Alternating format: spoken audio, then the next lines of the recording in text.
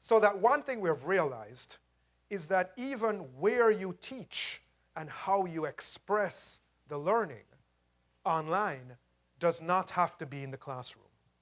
So here we see Lisa New, and her MOOC is focused on poetry, on American poetry. And what she's doing here is that we captured her teaching in a park in Boston that has historical significance for American poetry and the particular poem that she was talking about.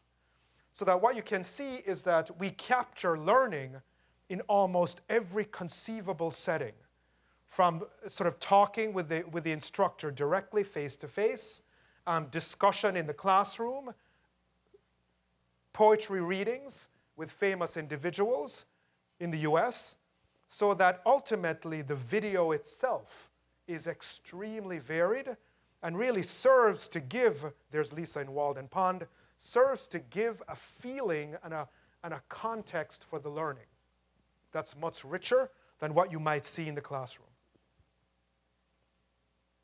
Sort of another principle was to utilize particular resources, physical resources that are at Harvard, and to share them with the world.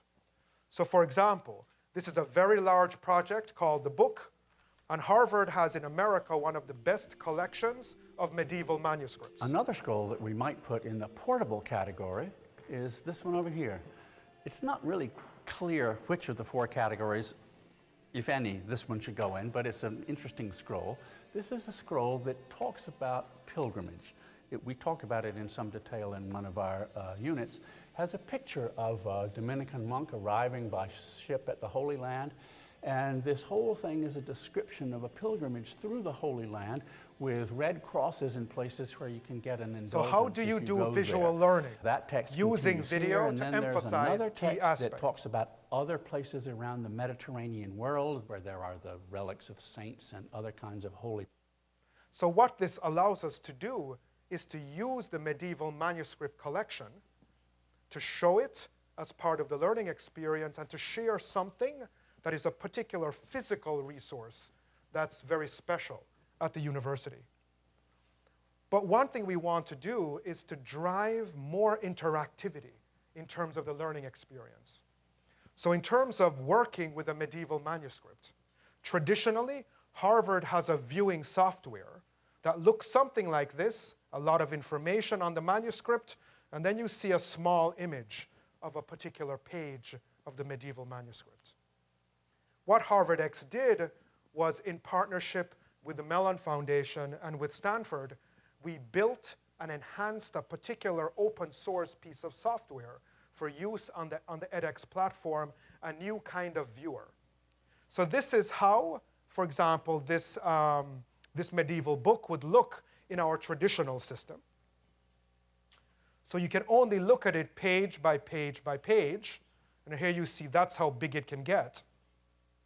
But in Mirador, you can see everything at once, pick one page, and then look at the power of zoom that you can have to read every bit of marginalia that might be of interest to you. If you're looking at a 36-foot or a 3-meter, 10-meter scroll, traditionally you would have to cut the scroll up into sections. You would see it section by section. In the new viewer that we built for edX, that's more than 10 meters long, and you can zoom on any part that you want and scroll literally for 10 meters. You can highlight any section you want, and students can annotate, make comments on any part of the scroll. With the same viewer, we can take an object, you can turn it to look at every view, but you can also zoom in at incredibly high resolution. For some medieval books, it's very important to be able to see both pages. And so once again, with this viewer, you're able to do that. So you can literally interact with the object and annotate it much more powerfully than ever before. So this is in Jeffrey Hamburger's course on medieval manuscripts. It embeds seamlessly into the edX platform, and it allows you to assign things to your students, and they can annotate, comment on, share it with each other, and share it with you. in terms of interactivity, we also wanted to change how do you interact with the content. Must you follow everything in a linear fashion? And the answer is no.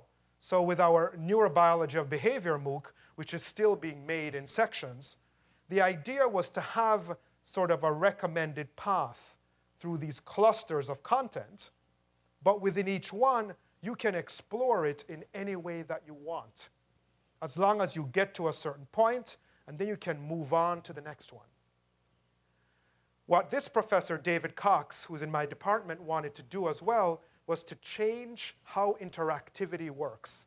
He wanted to create the online experience of sitting with him at a table and having an exchange with him. So let's hear from David, how he thought about it. We're excited to show you some of what you'll see when you take MCB80X, the new neuroscience course from HarvardX. We're aiming to change the way you think about massive open online courses.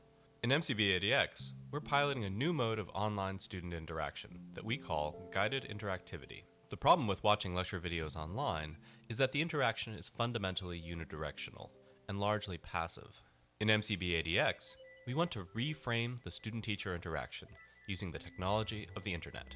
Now, instead of me just lecturing at you, we'll have a one-on-one discussion, and we'll invite you to interact and engage with rich simulations and interactive tools, seamlessly woven into the flow of the lecture. Together, we'll build up a neuron piece by piece, and you'll be in the driver's seat, guiding your learning according to your own needs. In the course of our discussion, we'll invite you to make hypotheses about what you'll see, and then we'll give you the tools that you need to test those hypotheses. Oscilloscopes, stimulators, patch clamp amplifiers. You'll probe the inner workings of the neuron, like a scientist would. Your responses will drive your learning experience in different directions. A kind of choose-your-own-adventure lecture that dynamically adapts to your needs.